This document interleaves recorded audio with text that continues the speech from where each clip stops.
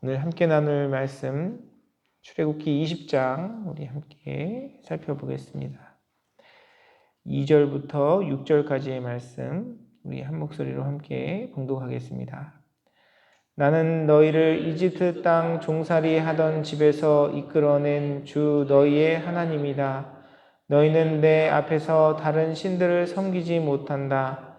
너희는 너희가 섬기려고 위로 하늘에 있는 것이나 아래로 땅에 있는 것이나 땅 아래 물속에 있는 어떤 것이든지 그 모양을 본떠서 우상을 만들지 못한다. 너희는 그것들에게 절하거나 그것들을 섬기지 못한다. 나 주 너희의 하나님은 질투하는 하나님이다. 나를 미워하는 사람에게는 그 죄값으로 본인뿐만 아니라 3, 4대 자손에게까지 벌을 내린다. 그러나 나를 사랑하고 나의 계명을 지키는 사람에게는 수천 대 자손에 이르기까지 한결같은 사랑을 베푼다. 아멘. 출애굽기 20장은 우리가 잘 알고 있는 십계명의 내용을 담고 있는 본문의 말씀입니다. 우리가 함께 읽은 본문은 3절부터 6절까지의 말씀은 첫 번째, 두 번째 계명을 담고 있죠. 하나님께서 이 십계명의 말씀을 이스라엘 백성들에게 주실 때에 먼저 무엇을 언급하시냐? 하나님과 이스라엘 백성의 관계에 대해서 이야기를 하십니다. 2절은 이렇게 이야기하죠. 나는 너희를 이집트 땅 종살이 하던 집에서 이끌어낸 주 너희의 하나님이다 라고 이야기를 합니다. 하나님과 이스라엘 백성들의 관계, 이 이야기를 듣는 이스라엘 백성들의 관계가 불분명하다면 이 십계명은 아무런 의미가 없어요. 각 가정마다 어떤 가정의 룰이 있잖아요. 근데 저희 아이들이 옆집에서 어떻게 한다고 거기에 그 룰을 따르거나 거기에 따라갈 이유가 없죠. 옆집은 핸드폰 사주는데 왜 안 사줘요? 아무런 의미가 없습니다. 우리 집에서는 우리 가정의 부모의 어떤 규칙이 있는 거고 그게 중요한 거죠. 십계명도 마찬가지입니다. 하나님은 이러한 것들을 지켜라 말씀하시는데 왜 그러한 계명들을 지키고 하나님께서 이런 계명들을 이스라엘 백성들에게 주시는가? 2절 말씀에 이야기한 것처럼 하나님께서 그들을 택하셔서 이집트 종살이로부터 이끌어낸 그들의 주 하나님이시기 때문에 그런 것입니다. 우리 인생도 마찬가지예요. 우리가 이 십계명을 지키고 이 십계명의 어떤 중요성에 대해서 이야기하기 이전에 먼저 하나님과 나와 어떤 관계이냐, 하나님이 나에게 어떤 분이시냐, 그리고 나는 하나님께 어떤 존재이냐, 이러한 관계 설정이 분명하지 않으면요, 이건 그냥 하나의 어떤 규칙이고 율법이고 지혜일 뿐이죠. 그런데 하나님은 이 계명을 주시면서 본질적인 내용들을 우리에게 이야기하세요. 이것은 우리를 택하신, 우리를 구원하신, 우리의 주인이신 하나님과 우리의 질서이고 그러한 관계 속에서 우리가 마땅히 해야 할 의무이고 책임이자 또한 하나님의 축복이고 특권이라는 사실을 하나님께서는 말씀하십니다. 사랑하는 성도 여러분, 이것이 여러분 우리가 말씀의 많은 규칙들을 또 말씀이 이야기하고 있는 많은 하나님의 뜻들을 우리가 함께 이야기하지 않습니까? 그런데 그것이 단지 저와 여러분의 마음에 어떤 책임과 의무와 법이 아니고요. 우리를 구원하시고 우리를 죽기까지 사랑하시는 하나님에 대한 우리의 마음의 표현, 우리의 신뢰, 우리의 태도, 또 우리가 주님을 경외하는 그 삶의 모습으로 주님께 올려드려지는 귀한 도구가 되기를 주님의 이름으로 축복합니다. 우리가 그런 관계 속에서 이 계명을 받을 때요, 이건 정말 우리에게 주시는 하나님의 축복입니다. 제가 늘 자주 드리는 말씀인데 하나님께서 우리에게 주시는 이 말씀은 우리를 올가매고 야 너희 여기 넘어가면 안 돼. 우리에게 자꾸 어떤 책임과 의무를 주시는 것이 아니고요. 요한복음 15장 11절에서 이야기하고 있는 것처럼 하나님의 기쁨이 우리 가운데 있고 주님의 기쁨이 우리 가운데 있고 그 기쁨이 더 풍성케 하기 위한 하나님의 축복이라는 사실을 우리가 깨닫고 하나님을 향한 사랑과 하나님을 향한 경외하는 마음과 하나님을 향한 우리의 갈급한 심령으로 주의 뜻에 따라 살아가는 우리의 삶이 되기를 소원합니다. 하나님께서는 그러한 관계 속에서 십계명을 주시죠. 여러분 십계명 내용 여러 가지 모든 내용들을 잘 아실 텐데 오늘은 그 첫 번째, 두 번째 내용에 대해서만 한번 생각해 보기를 원합니다. 첫 번째 계명은 무엇입니까? 2절에 기록된 대로 여러분 잘 아는 것처럼 너희는 내 앞에 다른 신들을 섬기지 못한다라고 말씀하세요. 첫 번째, 두 번째 계명이 사실 좀 헷갈리죠. 그냥 똑같은 이야기 같고.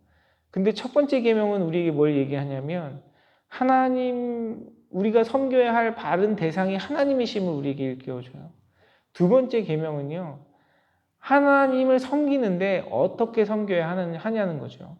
하나님을 섬기되 그것을 형상을 만들어서 그것을 쫓지 말라고 말씀하십니다. 바른 대상에 대한 바른 섬김의 방법을 첫 번째와 두 번째 계명을 이야기하는 것입니다.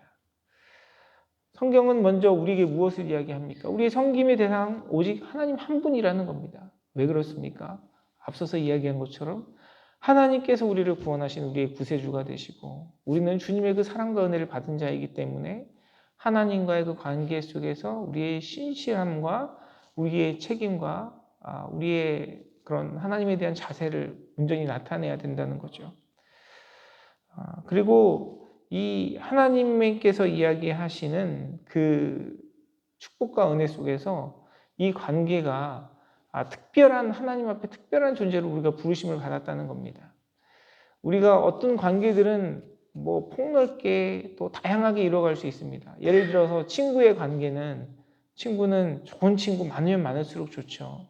그런데 내 아내가 또 내가 사랑하는 나의 연인이 많으면 많을수록 좋으면 큰일 납니다. 한 사람만 있어야죠.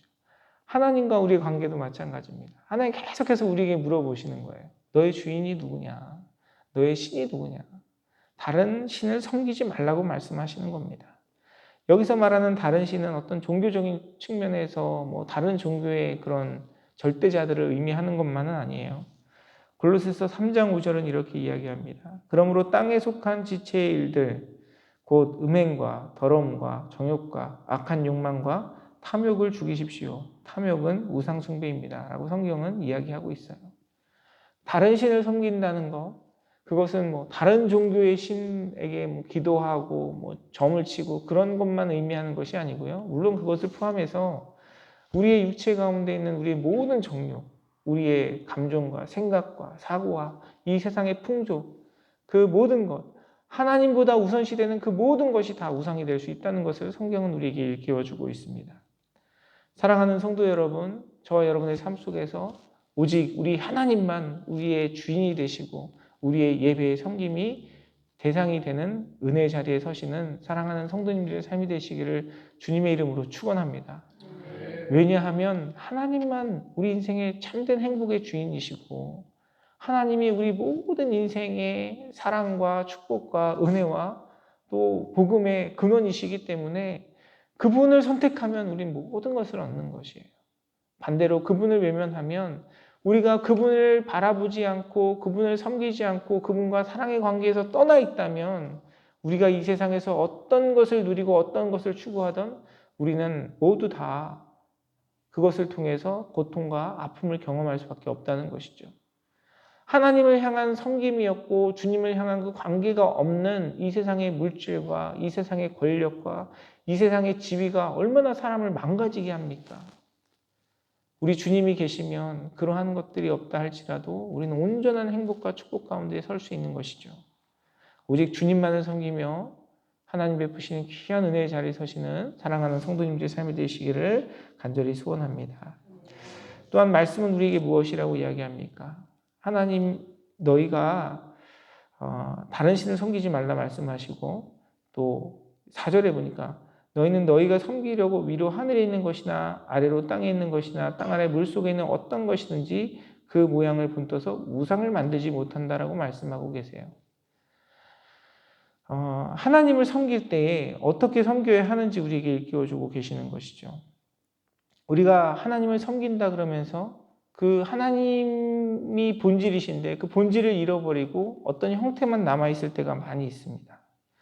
내가 교회를 사랑하고 하나님 앞에 예배하는데 그 자체가 나에게 우상이 되고 내가 어떤 교회에서 받은 직분이라든지 어떤 사역이 그것이 하나님을 섬기는 도구가 되는데 그 도구가 아니라 그것이 본질이 되어서 그것 가운데 실망하고 낙심하는 우리의 그런 모습들이 있죠. 우리가 주님 앞에 하나님의 말씀을 따르고 순종을 해야 되죠. 그런데 그 말씀이 내 의의 도구가 되어가지고 하나님과의 관계 속에서 주님과 동행하는 삶을 위한 것이 아니라 다른 사람을 판단하고 정죄하는 도구가 된다면 그것은 또 새긴 우상이 되는 것이죠. 내가 주님을 열심히 섬긴다고 사랑한다고 이야기하면서 외형적인 건물에만 집중하고 겉으로 드러나는 것에만 집중한다면 여러분 그것은 또한 그것도 우상이 되는 것이죠. 우리가 우리 한국교회 역사를 통해서 많이 이런저런 소식들을 듣잖아요. 교회들이 무리하게 건물을 지어가니까 그 건물들을 감당하지 못하고 결국은 이단 교회에 넘어가고 이런 일들을 우리가 뉴스를 통해서 접합니다. 왜 그렇습니까? 본질이 왜곡된 거예요. 하나님을 섬긴다 그러면서 그것이 우상이 된 것입니다. 그것이 내가 하고 있는 어떤 사역일 수도 있고요. 내가 하나님 앞에 드리는 우리의 예배의 모습도 얼마든지 그럴 수 있어요. 내가 하나님을 사랑하고 하나님을 섬긴다면 하나님이 기뻐하시는 일을 해야죠. 내가 내 마음으로 내가 기뻐하는 그 일들을 이뤄가는 것이 아니라 정말 주님을 사모하고 주님의 뜻 가운데 주님께서 원하시는 일들을 이뤄가는 것이 참되게 주님을 섬기는 것입니다. 끊임없이 우리 자신을 돌아보고 내가 그런 우를 범하고 있지는 않은지 우리 자신을 돌아보는 우리의 삶이 되기를 원합니다. 오늘 말씀은 우리에게 이렇게 이야기해요. 하나님에 대해서 나 주 너희의 하나님은 질투하는 하나님이라고 말씀하세요. 나를 미워하는 사람에게는 그 죄값으로 본인뿐만 아니라 3, 4대 자손에게까지 벌을 내린다 말씀하시고 사랑하고 나의 계명을 지키는 사람에게는 수천 대 자손에게 이르기까지 한결같은 사랑을 베푼다고 약속하고 계십니다. 질투하는 하나님, 이건 이제 의인화해서 표현하신 것이죠. 여기서 이야기하는 질투는 단지 감정적인 것이 아닙니다. 그 관계 속에서 서로를 향한 책임과 또 서로를 향한 신뢰를 이야기하는 것이죠. 여러분, 내가 부부관계 속에서 연인 관계 속에서 내가 사랑하는 사람이 다른 사람과 어떤 특별한 관계를 맺어간다.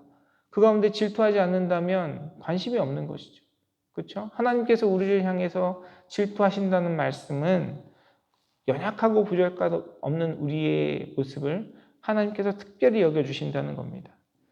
그리고 하나님께서 덧붙여서 말씀하세요. 하나님을 미워하는 사람, 여기서 미워한다는 것은 하나님을 적대시하고 멀리한다는 의미가 아니라 하나님을 우선순위에 놓지 않는다는 것이죠. 하나님을 덜 사랑한다는 것입니다. 연인 관계에 있어서도 그렇잖아요. 내가 나의 연인을 가장 사랑하는 사람이 아니라 차선에 놓아두고 이 여인을 제껴놓고 다른 사람을 더 마음에 든다면 그것은 그 사람을 미워하는 것이 아니겠습니까? 그러한 사람은 그 죄값으로 본인뿐만 아니라 3, 4대 자손에게까지 벌을 내린다라고 이야기합니다. 근데 이 말씀의 의미는 하나님의 속성과 하나님의 성품을 생각해 본다면 하나님께서 그 사람을 정말 그 감정적인 질투로 막 미워하는 것이 아니고요. 하나님을 멀리하는 그 죄의 속성은 전염성이 있습니다. 영향력이 있어요. 그래서 본인의 인생뿐만 아니라 주변에 있는 많은 사람들에게 또 그런 죄의 영향을 미치게 되죠. 내가 교만하고 불순종한 하나님을 경외하지 않는 마음으로 살아간다면 그러한 모습이 가정에게 또 주변에 있는 사람들에게 영향을 줄 수밖에 없죠. 하나님을 사랑하고 섬기는 일도 마찬가지입니다. 아브라함에게 주셨던 그 축복의 말씀처럼 내가 주님 앞에 신실한 마음으로 그 약속을 붙들고 하나님과 교제하며 살아가면 하나님의 그 축복이 그 아브라함에게 뿐만 아니라 그의 자손에게 그와 함께한 모든 사람들에게 그가 가는 곳마다 하나님께서 그를 복이 되게 하셔서 복되게 하셨던 것처럼 우리의 인생도 내가 주님 사랑하고 주님 경외하고 주님을 신뢰하고 주님의 말씀 안에 살아가면 그 축복이 나로 말미암아 우리의 가정에 주변의 사람들에게 자녀에게 함께 나누어지고 그 축복과 은혜를 누리며 살아갈 수 있는 것입니다. 그래서 천대까지 그 하나님의 축복을 나누는 가장 본질적인 중요한 방법은 뭐겠어요? 내가 그 말씀 안에서 그 말씀을 깨닫고 말씀에 순종하며 말씀으로 살아가면서 그 말씀을 전하고 나누고 가르칠 때 그 복이 함께 나누어지는 것이죠. 사랑하는 성도 여러분, 저와 여러분의 삶 속에 하나님을 사랑하고 하나님을 사랑하는 그 마음으로 주님께서 저와 여러분에게 주신 그 말씀을 굳게 붙들고 그 말씀으로 살아내며 하나님 주신 우리에게 허락하신 놀라운 축복을 주변의 많은 사람들에게 함께 전하고 나누는 복된 자리에 서시는 사랑하는 성도님들의 삶이 되시기를 주님의 이름으로 축원합니다. 기도하겠습니다. 살아계셔서 역사하시는 아버지 하나님, 주님의 은혜에 감사와 찬양과 영광을 올려드립니다. 우리를 사랑하시는 그 사랑으로 우리를 특별한 존재로 여겨주시고 그 관계 속에서 우리에게 주신 이 하나님의 말씀, 우리 마음에 새기고 그 말씀에 따라 살아가는 우리의 삶이 될 수 있도록 주님 인도하여 주시옵소서. 그래서 그 말씀 안에서 나의 삶뿐만 아니라 우리 주변에 있는 모든 사람들에게 주의 사랑과 은혜를 함께 나누고 그 축복을 전하고 또 유통시키는 복된 자리에 서는 우리 사랑하는 모든 성도님들의 삶과 우리 임마누엘 선교교회 되도록 주님께서 함께 하시고 인도하여 주시옵소서. 은혜 베푸실 주님께 감사드리며 모든 말씀 살아서 역사하시는 우리 주 예수 그리스도 이름으로 간절히 기도드리옵나이다. 아멘.